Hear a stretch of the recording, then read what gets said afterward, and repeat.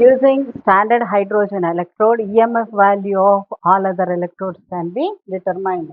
ప్రమాణ hydrogen electrode ఉపయోగించి వివిధ ఎలక్ట్రోడ్ల యొక్క ఈఎంఎఫ్ వాల్యూను నిర్ధారించడానికి వీలవుతుంది.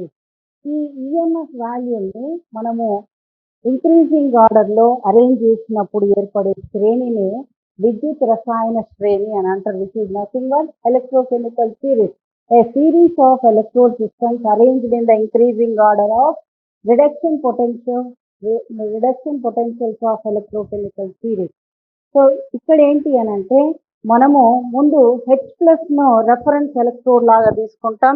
The value of EMF of hydrogen electrode is arbitrarily taken as 0. దీని ఆధారంగా తీసుకొని దీన్ని ఉపయోగించి మిగతా ఈఎంఎఫ్ విలువలను మిగతా ఎలక్ట్రోడ్ల యొక్క ఈఎంఎఫ్ విలువలను లెక్కించవచ్చు. ఇక్కడ లీథియం Li యొక్క లీథియం ఎలక్ట్రోడ్ యొక్క ఈఎంఎఫ్ విలువ -3.05, తర్వాత Zn+2 ఈఎంఎఫ్ విలువ ఎలక్ట్రోడ్ పొటెన్షియల్ విలువ -0.76. ఈ విధంగా F2 గ్యాస్ యొక్క ఈఎంఎఫ్ విలువ 2.87. మనం ఇందులో గమనించినట్టయితే పైనుంచి కిందకి రిడక్షన్ పొటెన్షియల్స్ గ్రాడ్యువల్గా ఇంక్రీజ్ అవుతూ ఉన్నాయి. రిడక్షన్ పొటెన్షియల్కి సరిగ్గా ఆపోజిట్ ఉన్నటువంటి దాన్ని ఆక్సిడేషన్ పొటెన్షియల్ అని అంటారు. ఒకదానికి reduction potential, if you get reduction potential negative value, then the oxidation potential of that electrode is positive. రుణావేశం ఉన్న రిడక్షన్ పొటెన్షియల్ యొక్క ఆక్సీకరణ పొటెన్షియల్ ఏమవుతుంది? ధనాత్మకంగా అవుతుంది. ఈ ఎలక్ట్రోకెమికల్ సిరీస్ విద్యుత్ రసాయన శ్రేణిని ఉపయోగించి మనము కొన్ని ఉపయోగాలు అప్లికేషన్స్ని చూస్తున్నాం. ఫస్ట్ ఏంటి అని అంటే ఎలక్ట్రోడ్ విత్ లో reduction potential value acts as anode. ఇందులో ఉన్నటువంటి ఏదైనా ఒక ఎలక్ట్రోడ్ తీసుకున్నప్పుడు దేని ఎలక్ట్రోడ్ పొటెన్షియల్ విలువ అయితే తక్కువ ఉంటుందో అది యానోడ్గా పనిచేస్తుంది. Electrode with high reduction potential always acts as cathode. ఇది రెండు చాలా గుర్తుపెట్టుకోవాలా.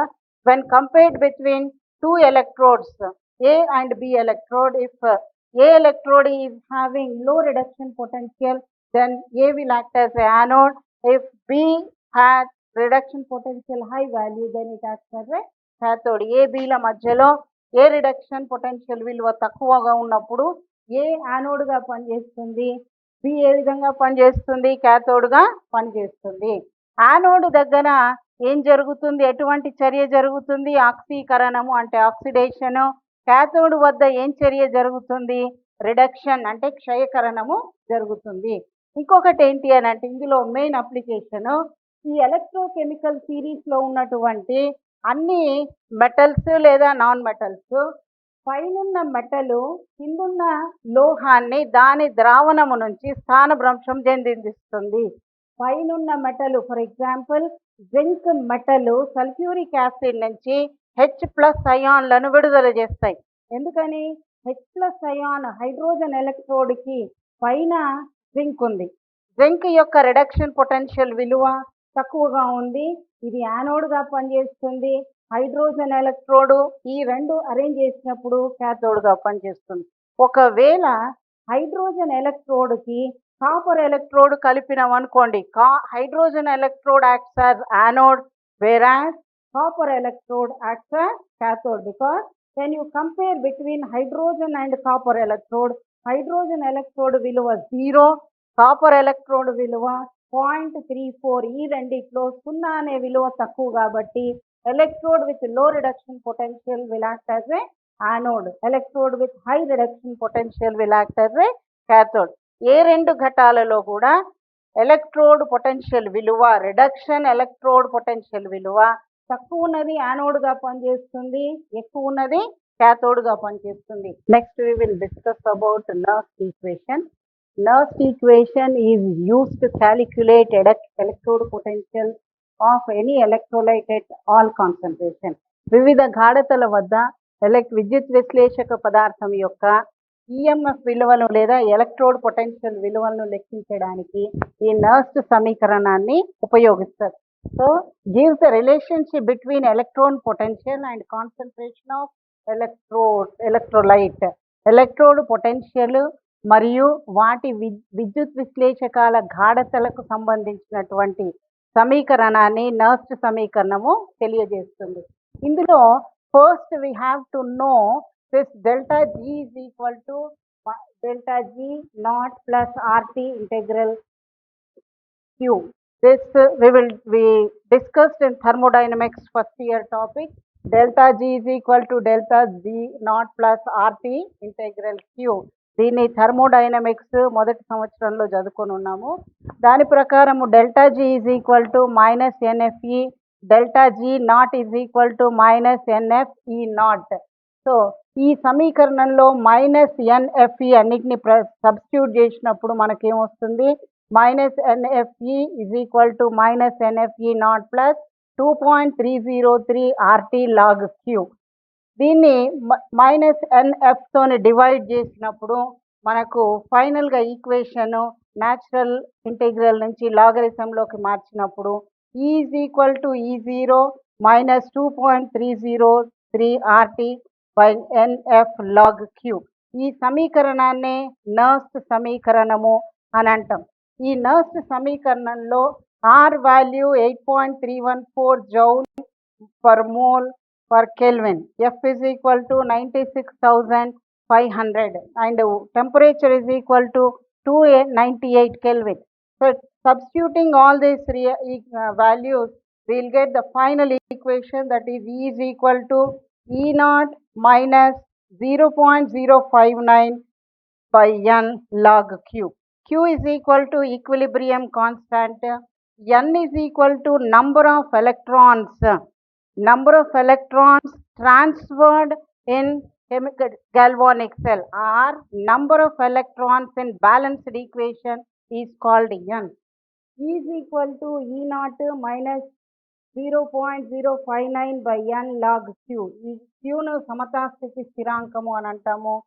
N గాల్వానిక్ ఘటనలో ఎన్ని ఎలక్ట్రాన్లు అయితే బదిలీ చెందినాయో ఆ సంఖ్యను ఏమంటారు, N అని అంటాం. అయితే ఇందులో ఈ నర్స్ట్ సమీకరణము గాల్వానిక్ ఘటానికి ఏ విధంగా రాయగలుగుతున్నాము అనేది మనము discuss how to write Nernst equation for the given galvanic cell. Here Zn on oxidation gives Zn plus 2 and Cu plus 2 on reduction gives Cu. ఇదేమో left hand side anode cell, right hand side ఉన్నది cathode cell. దీనికి ఈ సమీకరణానికి మనం నర్స్ట్ సమీకరణాన్ని ఏ విధంగా రాస్తున్నాము అంటే, ఈ సమీకరణంలో E అనేది ఈఎంఎఫ్ ఆఫ్ సెల్, E0 అనేది స్టాండర్డ్ ఎలక్ట్రోడ్ పొటెన్షియల్, ప్రమాణ ఎలక్ట్రోడ్ పొటెన్షియల్ అని అంటాము. తర్వాత minus 0.059 by N is equal to number of electrons transferred. ఇందులో 2 ఎలక్ట్రాన్లు బదిలీ చెందినాయి, number of electrons are transferred are 2, అందుకని N దగ్గర 2ను రాస్తాం మనము. లాగ్ ఈ Q అనేది ఈక్విలిబ్రియం కాన్స్టాంట్, సమతాస్థితి స్థిరాంకము. ఇందులో ఏమవుతుంది అని అంటే products concentration divided by reactants concentration. ఈ సమీకరణంలో ప్రోడక్ట్ Zn ప్లస్ 2, తర్వాత రియాక్టెంట్ Cu ప్లస్ 2. ఈ విధంగా గాల్వానిక్ ఘటానికి మనము నర్స్ట్ సమీకరణాన్ని రాయవచ్చు. దీని తర్వాత అంటే నర్స్ట్ సమీకరణము తరువాత we will discuss some simple definitions. Those are related to electrochemistry. విద్యుత్ రసాయన శాస్త్రం అనే లెసన్కి సంబంధించినటువంటి కొన్ని డెఫినేషన్స్, కొన్ని టర్మ్స్ మనం చూస్తున్నాం.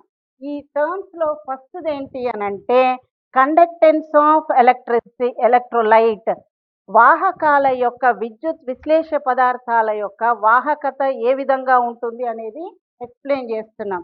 ఇందులో ఆ రెసిస్టెన్స్ అనేది ఆర్ అనేది వాహకత, ఈ ఆర్ అనేది ఎల్కు అనులోమానుపాతంలోను ఏకు విలోమానుపాతంలో ఉంటుంది. R resistance is directly proportion to distance and inversely proportion to A. A is nothing but area of cross section. So R is equal to, మనం ఒక కాన్స్టాంట్ ఉంచాల, దాన్ని రో అని అంటాము, rho L by A. So ఇక్కడ L is equal to distance, A is equal to area of cross section, and rho is equal to ఏంటి అని అంటే resistivity. Rho is nothing but resistivity. Rho is resistivity. దాన్నే specific resistivity అని కూడా అంటారు. Specific resistivity recently we call it as resistivity. విశిష్ట నిరోధము, దాన్నే మనం ఇప్పుడు నిరోధకత్వము అనే దాంతో సూచిస్తున్నాం. సో ఈ సమీకరణంలో ఈ 1/ρ తీసుకొచ్చినప్పుడు, ఆ రోను బయటకు తీసుకొచ్చినప్పుడు బ్రింగ్ రో to left hand side, then you will get 1/ρ is equal to 1/r into L/A. అయితే ఈ inverse of resistance is nothing but conductivity. R ఇన్వర్స్నే అంటే వాహకత యొక్క రెసిస్టెన్స్ నిరోధకత్వం యొక్క విలోమాన్ని వాహకత అని అంటాము. నిరోధకత్వం యొక్క విలోమాన్ని ఏమంటాము?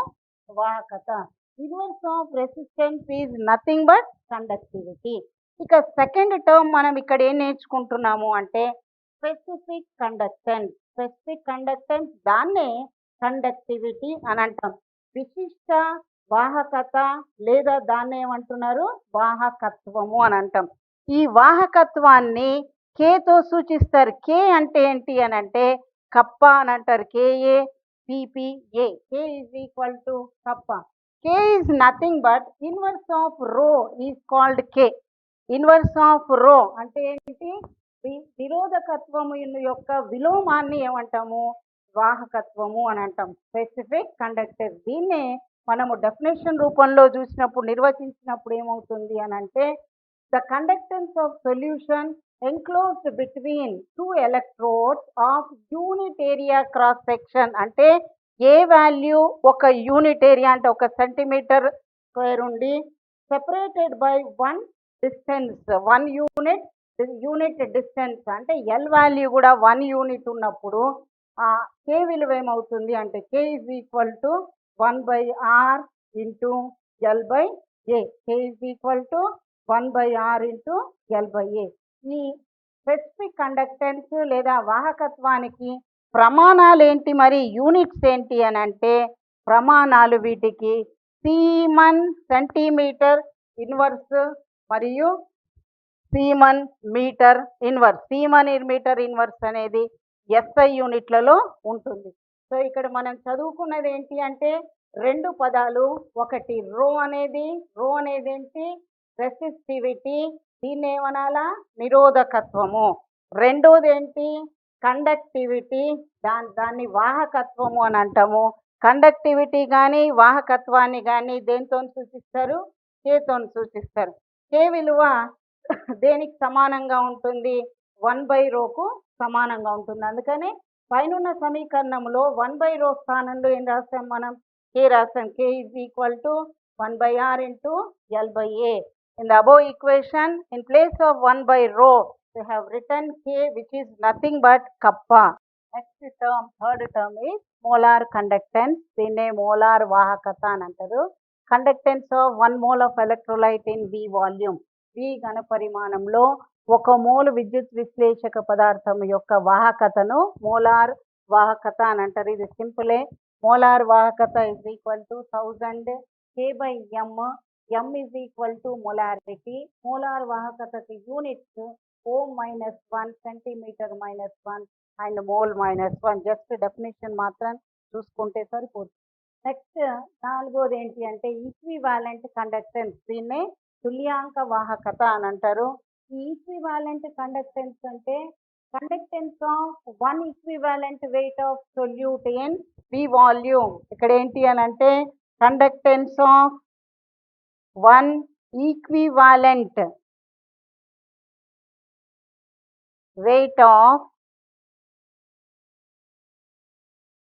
electrolyte in V volume is called equivalent conductance. ఒక తుల్యాంక భారము గల విద్యుత్ విశ్లేషకము యొక్క వాహకతను తుల్యాంక వాహకత అని అంటారు. దీనికి ఈక్వివాలెంట్ అని ఉన్నప్పుడు మనము నార్మాలిటీ తీసుకోవాలి. Whenever equivalent is there we have to take normality. So equivalent conductance is equal to 1000 K/n. n indicates normality. దీనికి యూనిట్స్ ఏంటి అంటే సిమిలర్గా ఇంతకు ముందు లాగానే ఉంటుంది. ఓ -1, సెంటీమీటర్ -1, ఈక్వివాలెంట్ -1. ఓం -1 సెంటీమీటర్ -1 ఈక్వివాలెన్స్ అంటే తుల్యాంకాలు -1. ఇవి 4 టర్మ్స్ ముందు బాగా నేర్చుకోవాలా. ఒకటి రో అంటే ఏంటి, రెండోది కప్ప అంటే ఏంటి, మూడోది మోలార్ కండక్టెన్స్ ఏంటి, నాలుగవది ఈక్వివాలెంట్ కండక్టెన్స్. ఈ నాలుగింటి తర్వాత మనము ఎలక్ట్రోలైట్స్ అంటే విద్యుత్ విశ్లేషక పదార్థాలలో అయానులు ఏ విధంగా చలనము చెందుతూ ఉంటాయి లేదా అయనీకరణం చెందుతుంటాయి అనే దాన్ని we will discuss in Kohlraasch law of independent migration of ions. For example, if you take hydrochloric acid and acetic acid, there is a difference between hydrochloric acid and acetic acid. Hydrochloric acid is strong electrolyte because it is strong acid which can completely ionize. Maximum ionization takes place in hydrochloric acid, whereas acetic acid is weak electrolyte because the ionization of acetic acid is incomplete. Very low ionization is there. For example, if you take 100 moles of HCl, you may approximately get H plus ions 95 to 100 moles. Whereas if you take ionization of 100 moles of acetic acid, you will get only 5 moles of H plus ion. So, ionization of acetic acid is very low, hence it is called weak electrolyte. Ionization of HCl is more, hence it is called strong electrolytes. Generally, strong acid and strong bases are strong electrolytes and weak acid and weak bases are weak electrolytes. బలమైన ఆమ్లాలు లేదా బలమైన క్షారాలు పూర్తిగా అయనీకరణం చెందుతాయి, అందుకనే వాటిని ఏమంటారు, బలమైన విద్యుత్ విశ్లేషకాలు అని అంటాం. బలహీన ఆమ్లాలు లేదా బలహీన క్షారాలు అయనీకరణము తక్కువగా ఉంటుంది, అందుకనే వాటిని ఏమంటారు, బలహీన విద్యుత్ విశ్లేషకాలు. అయితే మనము ఈ స్ట్రాంగ్ యాసిడ్ కానీ వీక్ యాసిడ్ కానీ ఇన్ఫినిట్ డైల్యూషన్ చేసినప్పుడు, అంటే ఎక్కువగా మనం వాటర్ కలిపినప్పుడు అనంత విలీనము వద్ద ionisation of strong acid or weak acid is complete. At infinite dilution all electrolytes undergo complete ionisation. అనంత విలీనము వద్ద విలీన ద్రావణాల్లో అన్ని విద్యుత్ విశ్లేషక పదార్థాలు పూర్తిగా అయనీకరణం చెందుతాయి. అంటే ఈ ఇన్ఫినిట్ డైల్యూషన్లో మనకి ఇక్కడ H plus ions, CL minus ions పూర్తిగా అయనీకరణం చెందుతాయి. అదేవిధంగా CH3COOH అయనీకరణం చెందితే CH3COO minus and H plus ions అనేవి ఏర్పడతాయి. So at infinite dilution there is no dependence of movement of ions on another ion. ఒక అయాన్ యొక్క చలనము వేరొక అయాన్ చలనముపై ఆధారపడి ఉండదు. అది ఎప్పుడు ఇన్ఫినిట్ డైల్యూషన్, అనంత విలీనం వద్ద. దీన్నే మనము Kohlrausch law of independent migration of ions అని రాస్తాం. కోల్రాష్ లా ఏమని చెప్పొచ్చు అని అంటే, limiting molar conductivity of, for example if you take acetic acid, this is equal to anion movement plus H plus ion. This we will discuss. I will give one definition regarding Kohlraasch law. Suppose if you want to take HCl విలీన్ lambda తీసుకున్నప్పుడు, molar conductivity తీసుకున్నప్పుడు H plus plus Cl minus లాగా ఏర్పడుతుంది. Kohlrausch law ఏంటి అని అంటే, at infinite dilution the sum of individual contribution of molar conductivity of anion and cation of an electrolyte gives limiting molar conductivity of electrolyte. అనంత విలీనం వద్ద ఆనయాన్ల యొక్క మరియు క్యాటయాన్ల యొక్క విద్యుత్ వాహకతల మొత్తము ఆ విద్యుత్ విశ్లేషక పదార్థం యొక్క మోలార్ వాహకత్వాన్ని సూచిస్తుంది.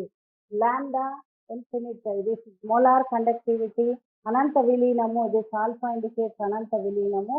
లాంబ్డా మోలార్ విద్యుత్ వాహకత, క్యాటయాన్ యొక్క మోలార్ విద్యుత్ వాహకత ప్లస్ ఆనయాన్ యొక్క మోలార్ విద్యుత్ వాహకత.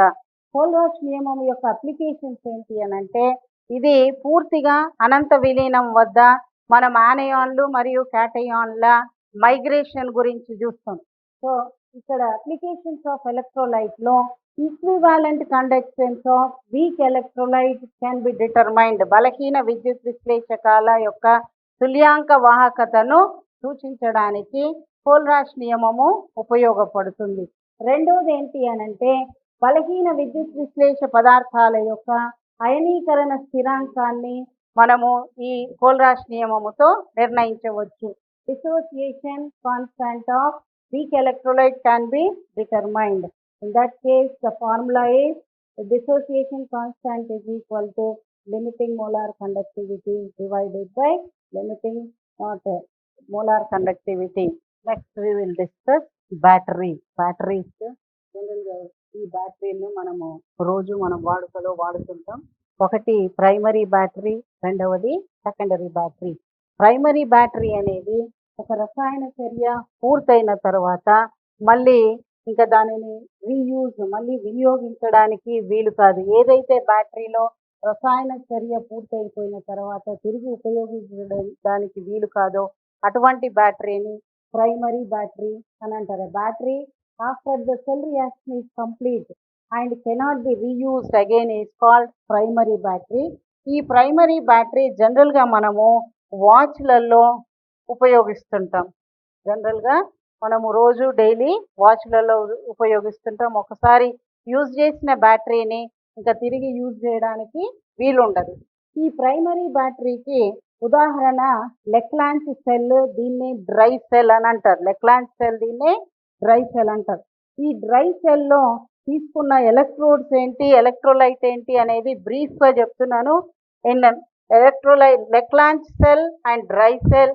In this we have to take zinc container acts as anode, and next is carbon rod is coated with MnO2 and carbon acts as cathode. అంటే zinc పాత్ర యానోడ్గా పనిచేస్తుంది. అందులో కార్బన్ కడ్డీని MnO2 మరియు carbon పౌడర్తో coating చేసి ఉండాలి, అది cathode లాగా పనిచేస్తుంది. ఈ ఘటనలో విద్యుత్ విశ్లేషకము ఎలక్ట్రోలైట్ ఏంటి అని అంటే మాయిస్ట్ తడి ఉన్నటువంటి NH4Cl అండ్ ZnCl2 మిశ్రమం. Mixture of moist NH4Cl and ZnCl2. This acts as electrolyte. So anode is zinc container, cathode is carbon rod which is coated with MnO2 and carbon, and electrolyte is moist NH4Cl plus ZnCl2. So at anode in any electrolytic cell or galvanic cell in any electrolyte cell, at anode oxidation takes place. అందుకని Zn ఆక్సీకరణం చెందటం వల్ల Zn+2 అవుతుంది.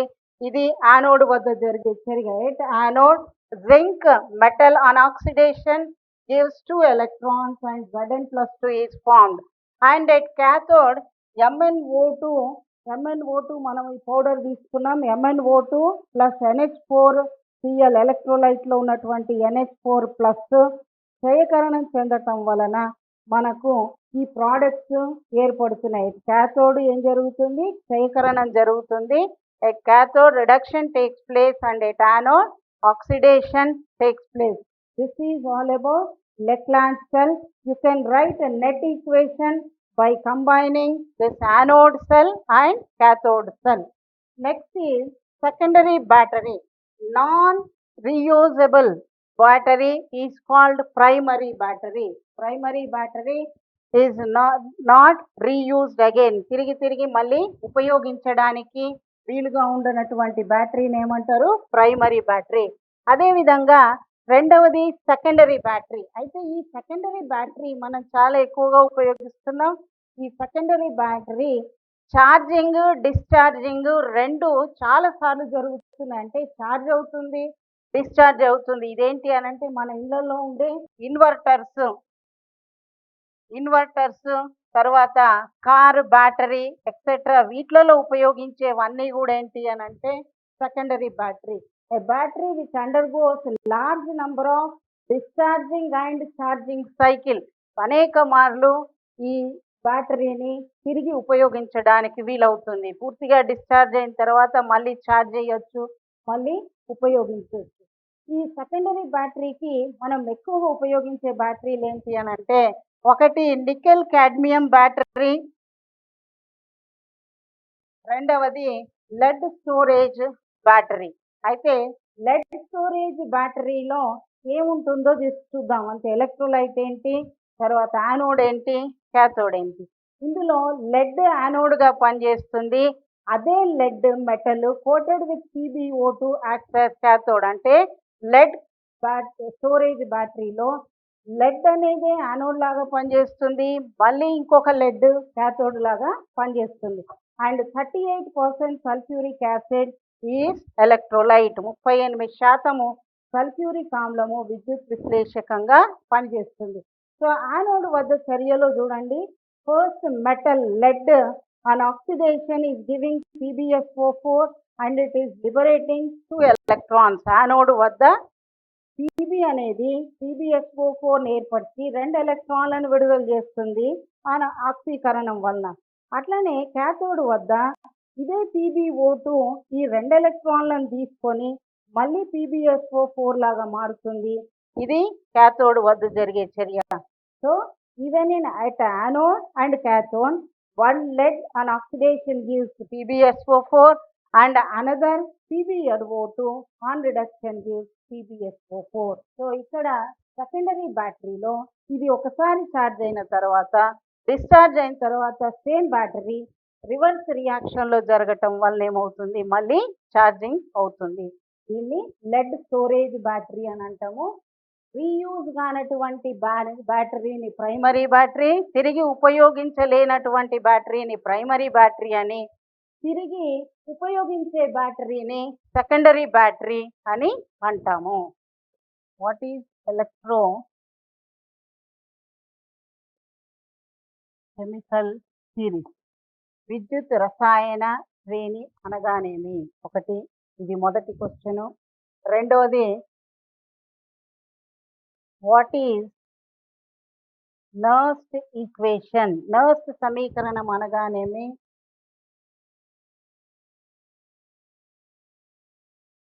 Right Nernst equation for the following reaction.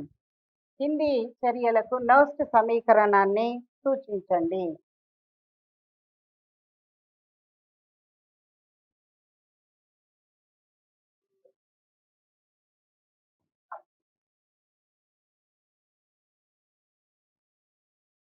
Questions, some important questions